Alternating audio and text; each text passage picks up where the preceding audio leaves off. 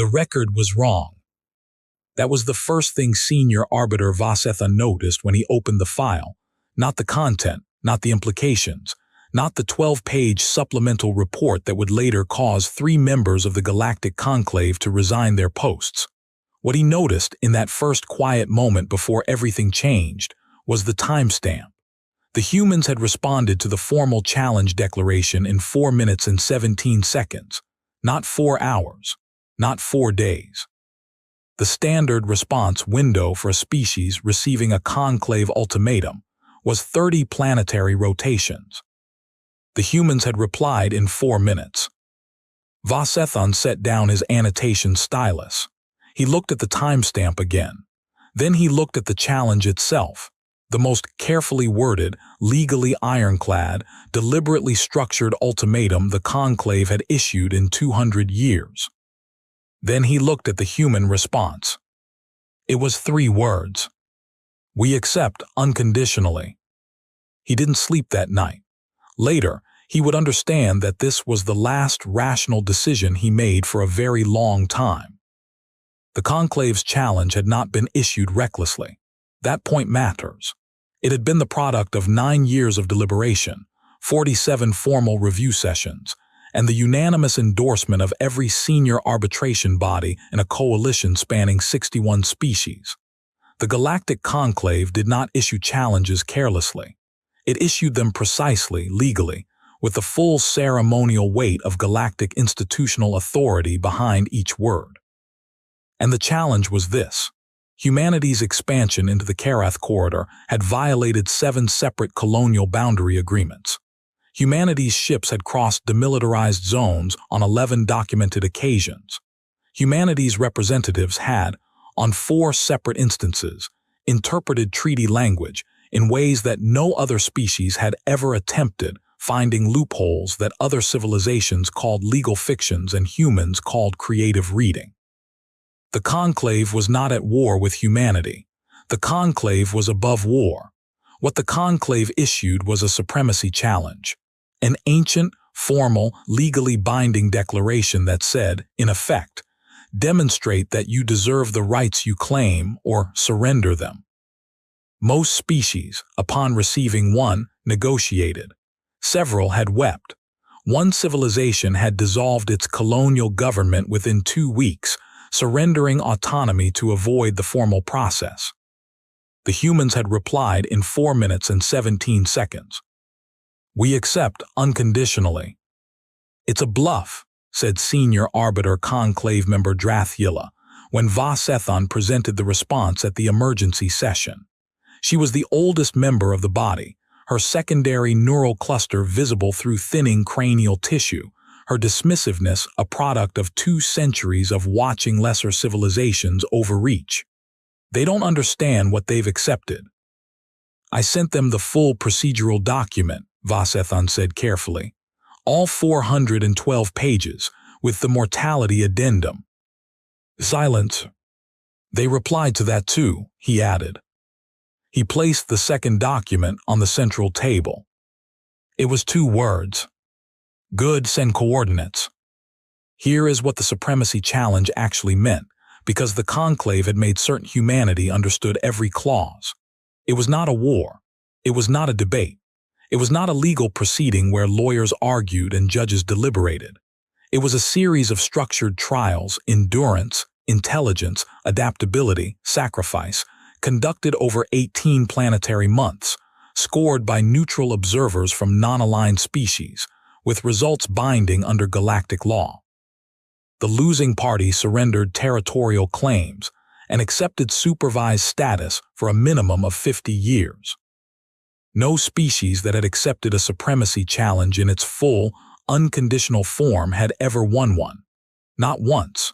In over 400 years of the Conclave's formal existence, the challenge had been issued 9 times. The other 8 civilizations had either negotiated out, collapsed under the pressure of the first trial, or formally withdrawn when the mortality addendum was explained. The mortality addendum meant exactly what it sounded like. These were not simulations. People died. They read the addendum, Vasethan repeated, because he needed someone else in the room to understand what that meant. They understood it, and they responded in under 5 minutes. Then they're suicidal, Drathula said, or they're idiots.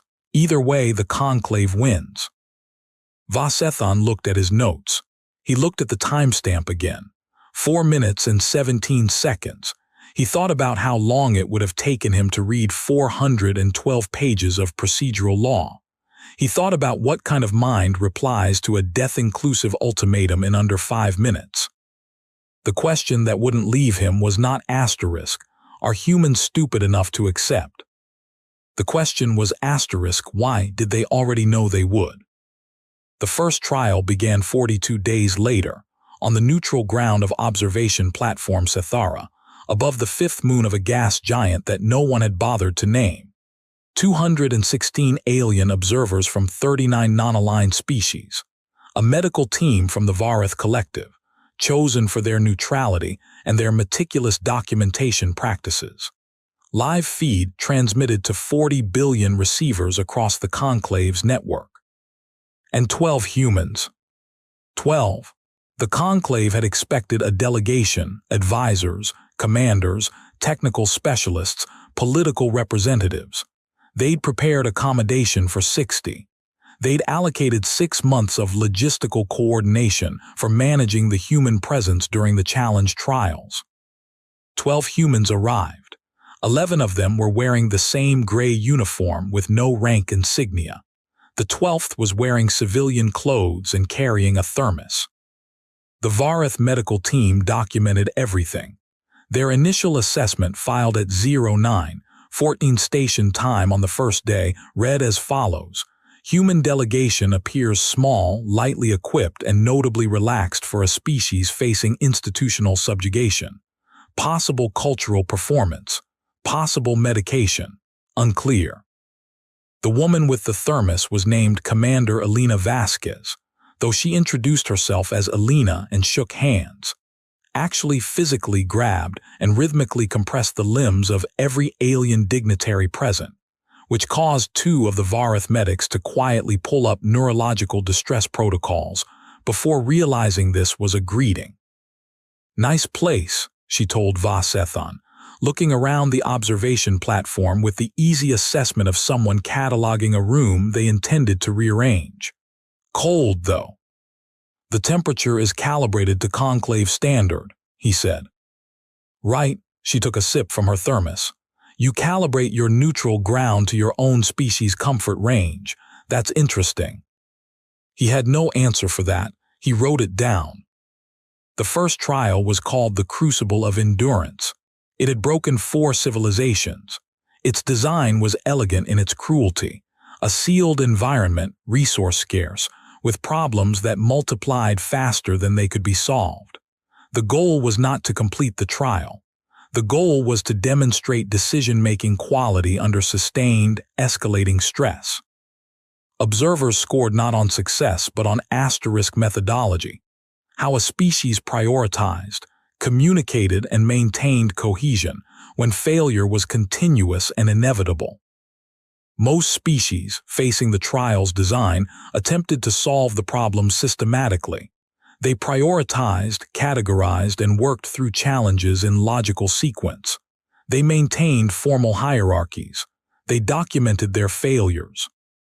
The humans walked into the crucible and immediately did something no conclave observer had ever seen in 400 years of documented trials.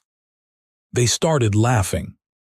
Not at anything specific, not nervously, in the way that some species displayed stress vocalization.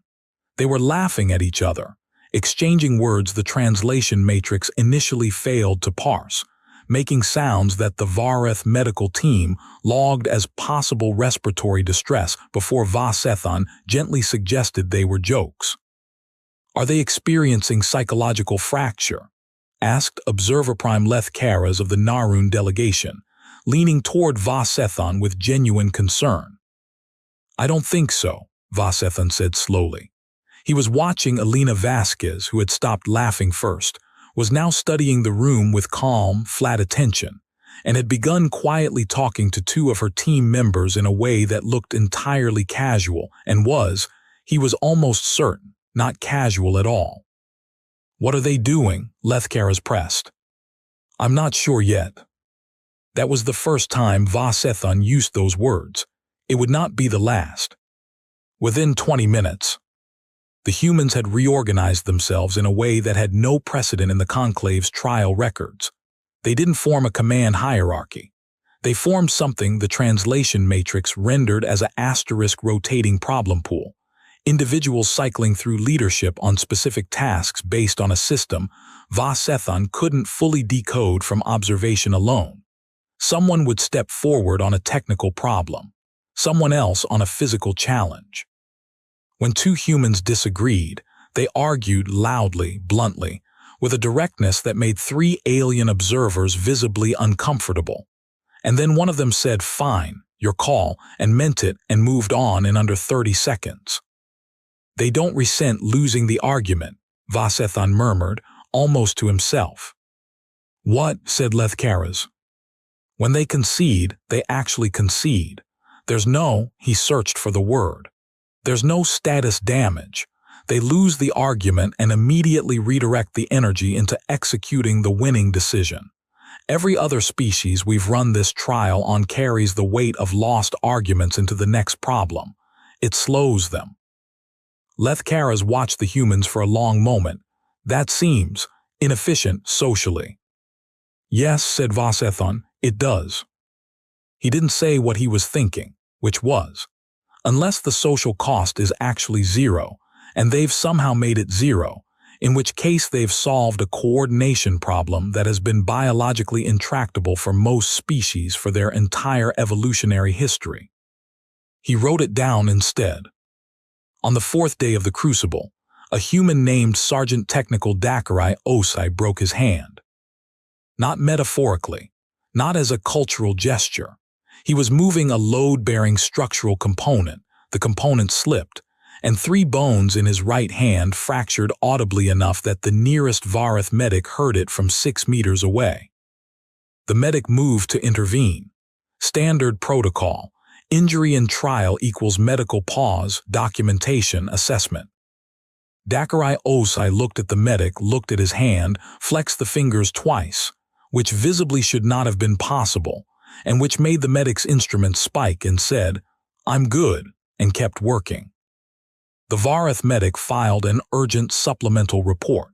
Human subject sustained confirmed grade 3 fracture and refused cessation of physical activity. Subject displayed no significant behavioral modification. Recommend psychological evaluation and mandatory rest period. Elena Vasquez was shown the report that evening during the trial's overnight pause. She read it, handed it back, and said, "He's fine. He has 3 broken bones. He knows he'll get it looked at after." "After what?" the medic asked. Elena looked at the medic with an expression Vasethon would later describe in his formal report as *patient incomprehension. The face of someone who has been asked a question they can't believe requires an answer. "After the problem is solved," she said. The medic didn't know what to say. Neither did Vasethon. The Conclave had built the mortality addendum into the challenge because they understood that all species had physical limits. What they had never encountered was a species whose members appeared to treat physical limits as *advisory*.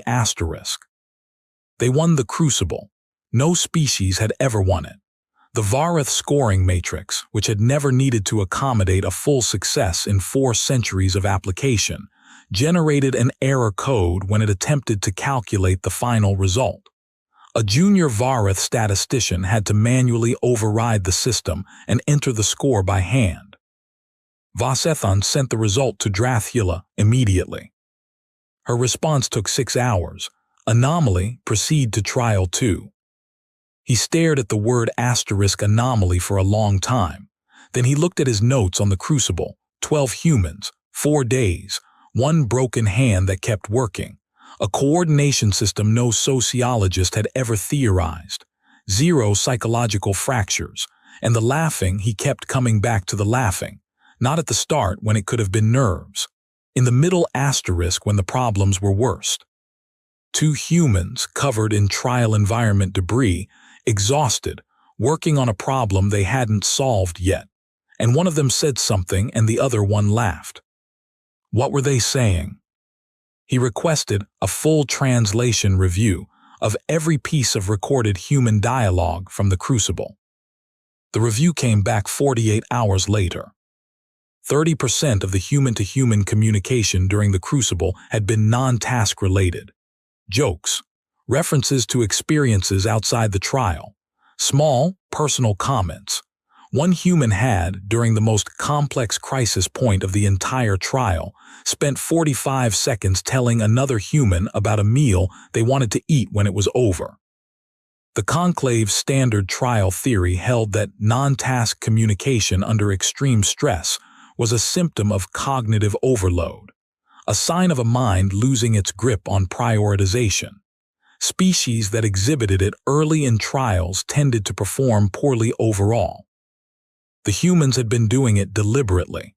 Vasethon could see it now, reviewing the footage. The timing of the non-task communication always preceded a complex task, not followed one. They were using it the way a different species might use a focusing protocol. They were talking about food and memories and jokes because it helped them think asterisk. That's not what socialization does, Lethkara said, when Vasethon shared his analysis.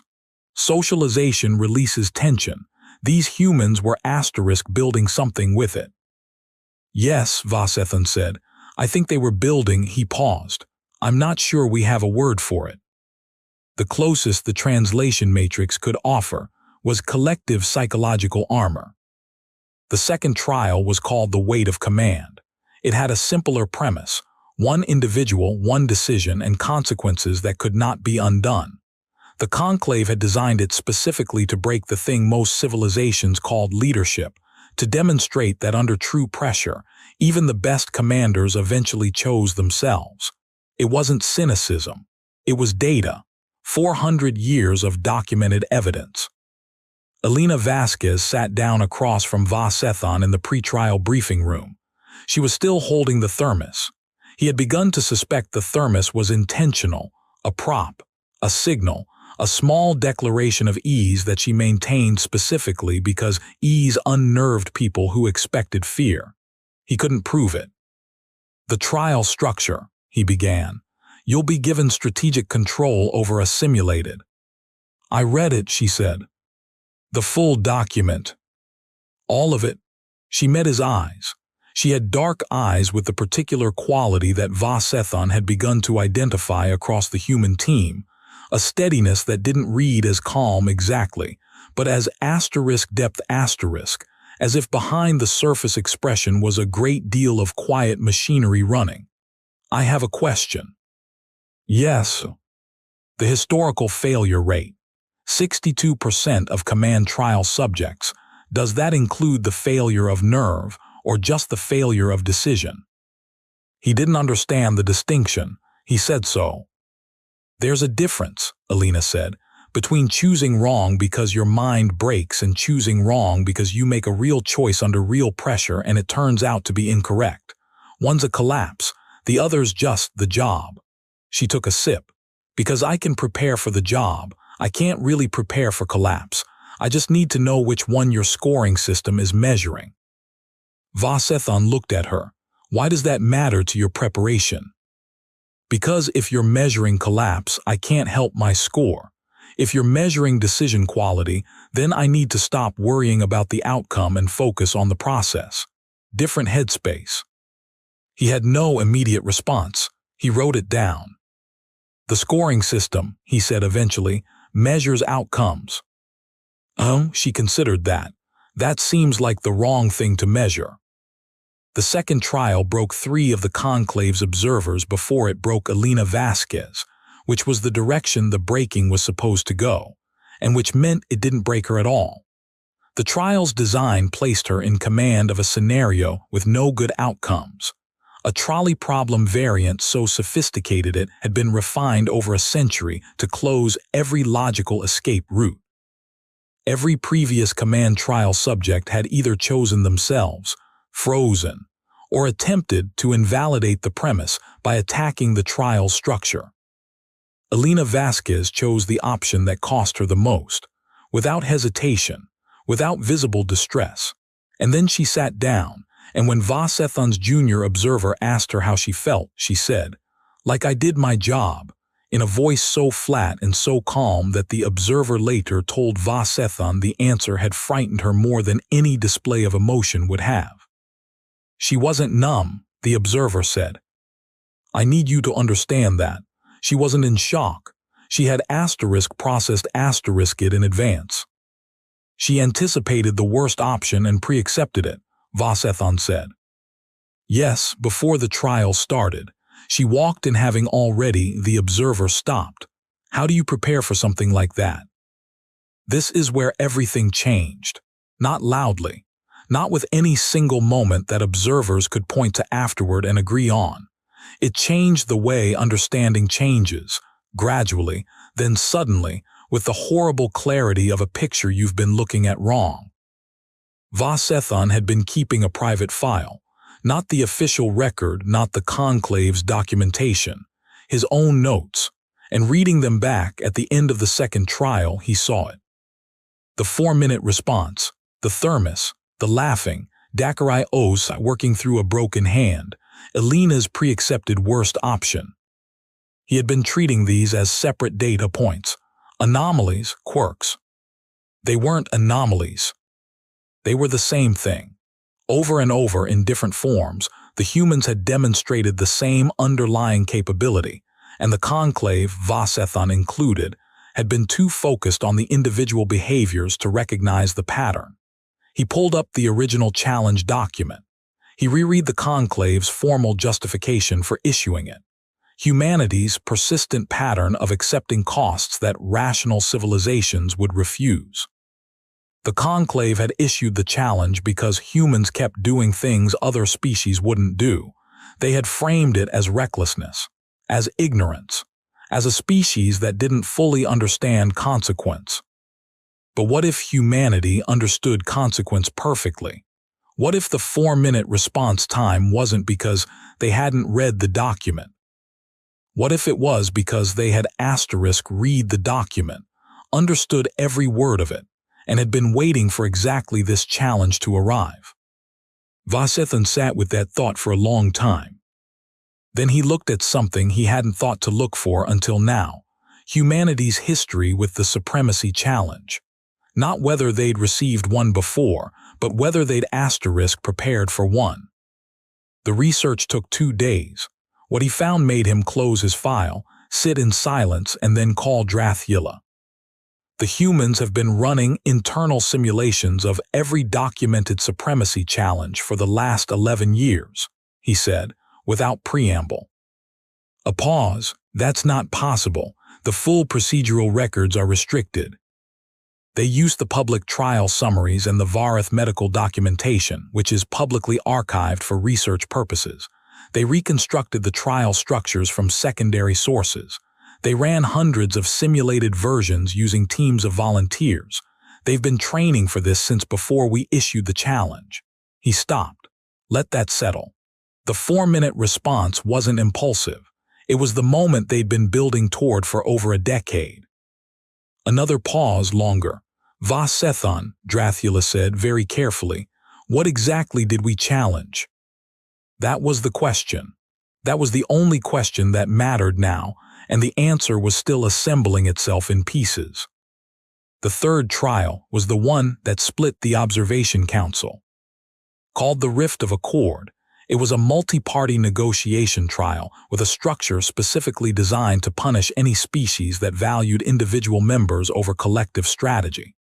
The premise required the human delegation to sacrifice one of their own team members' trial participation rights in order to gain strategic advantage. It was not a death scenario, but it was an exclusion scenario, a deliberate engineering of social rupture. Every species that had faced it either refused the sacrifice and lost the strategic advantage, or made the sacrifice, and then spent the remainder of the trial in documented internal fracture. The excluded member becoming a source of resentment, the team losing cohesion precisely when they needed it most. The Observation Council gathered in full for this trial, 46 individuals representing 39 species. Vasethon stood at the back. The conclave's lead trial architect, a Narun named Shedalara, leaned toward him as the trial began. "Which one will they sacrifice?" she murmured. "My projection is the civilian-ranked member, lowest operational value, most expendable from a strict." "Watch," Vasethon said. The humans talked for 11 minutes. Not debated, talked, the way Vasethon now understood they talked, with that rotating, non-hierarchical, rapid-cycling system where authority was a tool rather than a status. At the end of 11 minutes, Dakarai Osai, the one with the still healing hand, the one who had kept working through the fractures, said, "I'll sit it out." Not with resignation, not with bitterness, with the same flat calm Alina had shown after her command trial decision. "Why him?" Shedalara asked. "Is he the lowest rank?" "No," Vasethon said. "He's one of their strongest performers." "Then why?" "Because he volunteered," Vasethon said. And then, the part that had taken him until this moment to understand. "I think this is something they practice." Not the specific scenario, not the rift of accord, but this capacity to stand in a group and say, "I'll be the one who takes the loss," without resentment, without calculation, without the expectation of future compensation. He had initially read it as self-sacrifice in the noble, dramatic sense that most galactic literature used to describe doomed heroism. It wasn't that. It was infrastructure. It was a social technology so deeply embedded in the human team that it operated like a reflex. One of them would always be willing to absorb the cost, and the others would make sure the cost meant something. Dakarai watched the trial from the observation room. He tracked every decision, took notes, and at one point caught Alina's eye through the viewing panel and gave a small nod. She gave one back. The humans won the third trial. When Shedalara's projection system calculated the result, it returned the same error code the Vareth scoring matrix had generated after the crucible. "This is impossible," she said. "No," Vasethon said. He was tired of the word. "It's just unprecedented." Drathula called a closed session of the full arbitration council on day 31. Vasethon attended in person. The council chamber held 200 members. Every seat was filled. "The proposal on the table," Drathula said, with the careful bureaucratic flatness that the oldest members of institutions used when they were afraid of something and would not admit it, is to formally invoke Conclave Procedural Article 94, restructuring of challenge parameters based on evolving situational assessment. "You mean changing the rules," said Council Member Prathun of the Vareth delegation. "I mean adapting the procedural framework to." "You mean changing the rules," Prathun said again, "because the species you challenged is winning." Silence. Vasethon spoke carefully. "If we invoke Article 94 now, the binding legal effect of the challenge becomes contestable. Under galactic law, humanity could argue that any subsequent trial result is void. They would be within their rights to claim the challenge itself is concluded on the basis of our procedural interference, with all territorial and rights claims defaulting to their pre-challenge status." He paused. "And they would win that argument." "Then what do you suggest?" Drathula asked. "I suggest we continue the challenge as designed," Vasethon said, "and begin preparing ourselves for what happens if they win the remaining trials." Another silence, a different kind. "That's not possible," said a council member near the back. Young by conclave standards, a species that had only joined the body 40 years prior. "The challenge has never been." "I know," Vasethon said. "I know it hasn't, but I've been documenting this for 31 days and I need this council to understand something. He opened his formal record on the chamber's central display. Not the anomaly log, not the trial scores, the private file, his own notes. The humans knew what this challenge was before we issued it. They trained for it. They identified every historically documented failure mode and built resistance to them, not through technology, not through strategy in the way we understand strategy, but through the way they structure themselves psychologically, the way they talk to each other, the way they handle pain, the way they make decisions about sacrifice. He looked around the room. 200 alien faces, 200 species or representatives thereof, who had spent centuries building the most sophisticated institutional framework in the known galaxy. We designed this challenge to break the things civilizations call leadership, endurance, and cohesion, Vasethon said. We designed it for species that think of those things as attributes. Human beings have turned them into asterisk habits. They are not performing under pressure.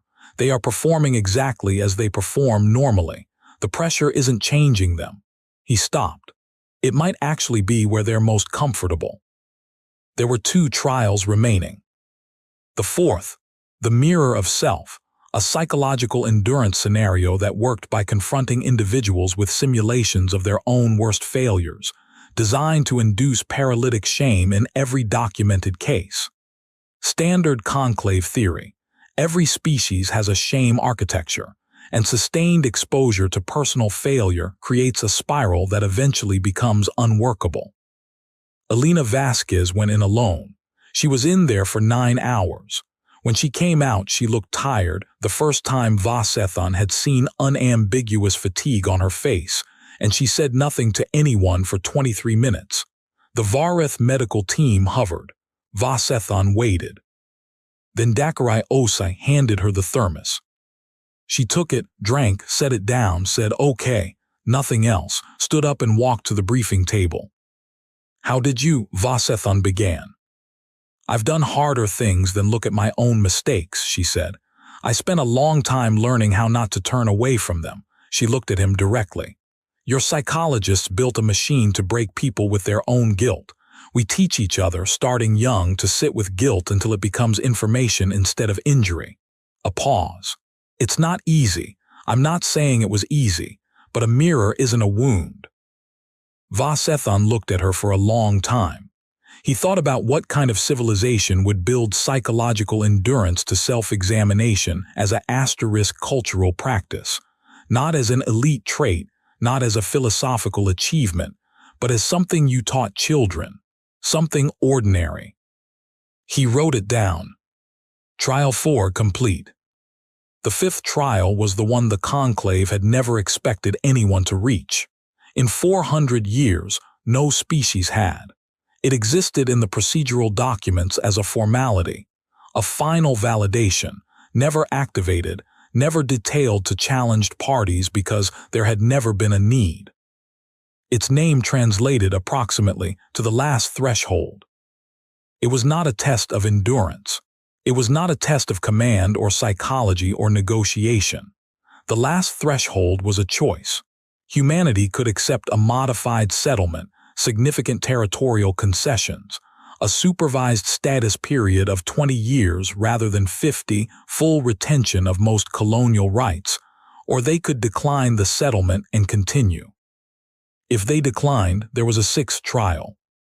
No one had ever seen the 6th trial. Its contents were classified at the highest conclave security tier. Even Vasethon didn't know what it was. Only Drathula and the 3 most senior arbiters held that information. The settlement offer was generous. It was genuinely, deliberately generous. The conclave had structured it that way for exactly this scenario, the theoretical scenario where a challenged species performed well enough to deserve respect. The modified terms were reasonable. They were humane. They were a dignified exit. Elena Vasquez read the offer. She read it carefully this time, actually carefully, not the 4-minute reply of the opening, but a genuine, considered reading. Vasethon watched her team. Dakarai sat with his hands folded. The others were still. Then Elena looked up and said, "What's the 6th trial?" Vasethon had been told to say the offer was the final step. He had been given exact language. He opened his mouth to deliver it. "I'm asking you," Alina said, "not the script. What is the sixth trial?" He closed his mouth, opened it again. "I don't know," he said, and it was true, and she could see that it was true. She looked at her team. Something passed between them, not spoken, not gestured, the kind of communication that requires years of shared experience to develop.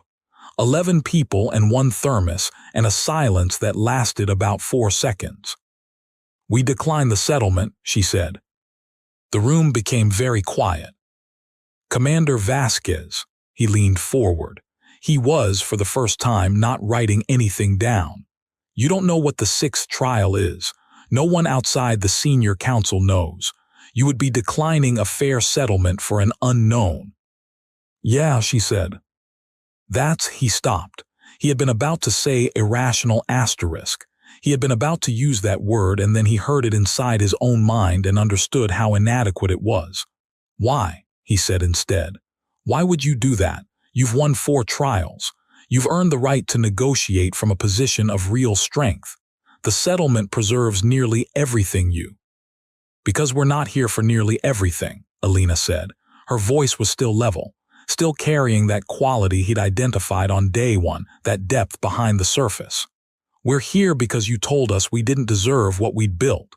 You told 61 species that we were out of bounds, that we needed to be contained, that we needed supervision." She set the thermos down. "We're not declining because we're sure we can win the 6th trial. We're declining because accepting the settlement means agreeing, somewhere in the fine print, that you were right to question whether we deserve to exist in the galaxy on our own terms. And we're not agreeing to that." Vasethon stared at her. "Even if you lose the 6th trial," he said slowly, "even if it costs everything." "We've looked at what we'd lose if we lose," Alina said. "We looked at it before we replied to the original challenge. In 4 minutes and 17 seconds, yes, but some of us had been doing that math for years." A pause. "Ask me what we decided." "What did you decide?" She looked at him with those quiet, machined eyes, and she said, "That some things are worth the cost even if you lose, that the act of refusing to be small matters, whether or not you win, and that if we took your settlement, every species in this conclave watching this live feed would see humans accept supervision and call it dignity." She shook her head. "We're not doing that to the species that comes after us." The silence that followed was the longest silence Vasethon had ever sat in. Then he rose. He walked out of the room, down the corridor, to the secured communications room, and he called Drathula. "They declined," he said. A very long pause. "That's not possible." "Drathula," he kept his voice level, "what is the 6th trial?" Another pause. He heard something he had never heard in 200 years of working with her. Uncertainty. "There is no 6th trial," she said. The revelation spread in minutes. There had never been a 6th trial. The last threshold was the last threshold. The settlement offer was the conclave's real final instrument. If a species declined it, the challenge was considered complete. The declination itself was scored. In 400 years, no species had ever declined. The scoring matrix did not have a parameter for it. The Varith statistician was called back. The manual override was used again. What the scoring determined, under a direct reading of the founding conclave documents so old that no living arbiter had memorized their full text, documents that predated Drathula herself, was that a species which declined a generous settlement in the final threshold had demonstrated something the original conclave architects had included as a theoretical category and never expected to actually score. Galactic standing, unconditional. The full weight of that designation had not been assigned in the conclave's entire history. It meant, under founding law, not merely that the challenge was dismissed. It meant that the issuing body, the conclave, had formally and legally demonstrated that its challenge was *insufficient*. that the challenger had asked a species to prove its right to exist, and the species had not only proven it but had rendered the question itself small. It meant that 61 species, by the legal architecture of their own founding documents, now owed humanity a formal acknowledgement, not of superiority, not of dominance, of asterisk standing, full, unconditional, unquestioned galactic standing. Dracula did not resign immediately. She sat in the council chamber for 6 hours, reviewing the founding documents, looking for any mechanism that could reinterpret the result. There wasn't one. The original conclave architects had built the challenge to be theoretically perfect. They had simply never imagined a civilization that would train for it for a decade, win 4 trials no one had ever won, and then decline a fair settlement not because they thought they could win more, but because they refused to let the gesture of defiance be the last word on who they were. Vasethon found Elena Vasquez sitting on the observation deck, looking at the gas giant below, holding her thermos. The legal processing would take weeks. The political consequences would take longer. The channel-wide notification to 61 species was already being drafted. He sat down next to her, not across the table, beside her. "You knew about the 6th trial," he said. "It wasn't quite a question." "We suspected," she said. "We couldn't know, but we ran the probability and it came back high enough that it seemed worth betting on." She looked at the gas giant. "The conclave doesn't build things to be used once. Every mechanism in the challenge is reusable, scalable, applicable to future cases. A real 6th trial would have required unique design. That costs resources." A small pause. "And no challenge document leaks partial information about a 6th trial, but total blackout on its content, unless the blackout is the content." Vasethon sat with that for a moment. So it was a bluff. "It was a pressure mechanism," she said, without judgment. "A way to make the settlement look generous by placing it in front of an unknown. Most species choose the known over the unknown. Most rational civilizations would." She tilted her head slightly. "We're not most rational civilizations." He thought about the 4-minute reply, the thermos, the laughing in the crucible, the broken hand that kept working, the mirror that wasn't a wound. "What are you?" he said quietly. Elena Vasquez considered the question with the seriousness it deserved. She looked at the gas giant, unnamed, massive, indifferent to everything happening above it. She looked at the stars beyond it. Then she looked at him. "We're the species," she said, "that your conclave just spent 400 years building a process to break, and we are still here." She took a sip from the thermos. "What you should ask yourself, what I genuinely think you should sit with, is not what we are. It's what it means for the galaxy that all those other civilizations could be broken." She set the thermos down. "We're not the strange ones, Arbiter. We're just the ones you noticed last." He didn't write it down. He didn't need to. Some things you carry without writing. Dracula's formal letter of acknowledgement was filed at 03:41 station time, 49 days after Elena Vasquez had walked onto observation platform Cethara, carrying a thermos and shaking hands with alien dignitaries who didn't know what to do with the gesture. The letter was 12 pages of precise legal language, acknowledging unconditional galactic standing, the dismissal of all challenge provisions, the restoration of human territorial rights without modification, and the formal recording of the challenge outcome in the conclave's permanent historical archive. The 12th page, the final page, contained a single line that Dracula had added herself, outside the standard template. It was not legally required. It had no procedural function. Let the record note that the humanity which appeared before this conclave was not the humanity this conclave believed it had challenged. Vasethon read it and understood, finally, the full truth of that sentence, not because the humans had hidden something, or deceived anyone, or performed a version of themselves that wasn't real, but because the conclave had looked at humanity and seen a civilization that accepted costs other species refused, and had called it recklessness. had seen a species that replied in 4 minutes to death-inclusive ultimatums and called it impulsiveness, had seen endurance called stubbornness, and sacrifice called wastefulness, and refusal to break called irrationality. They had issued a challenge, expecting to demonstrate the limits of a civilization they thought they understood. What they had discovered, 61 species watching a live feed, documented in permanent archive, was that there had never been a challenge capable of finding humanity's limit. Not because humanity had no limits. They did. Dakarai Osai's hand had broken. Elena Vasquez had been tired after 9 hours in the mirror. They bled and fractured and felt guilt and got cold on a station calibrated to someone else's comfort. But they had built something inside themselves.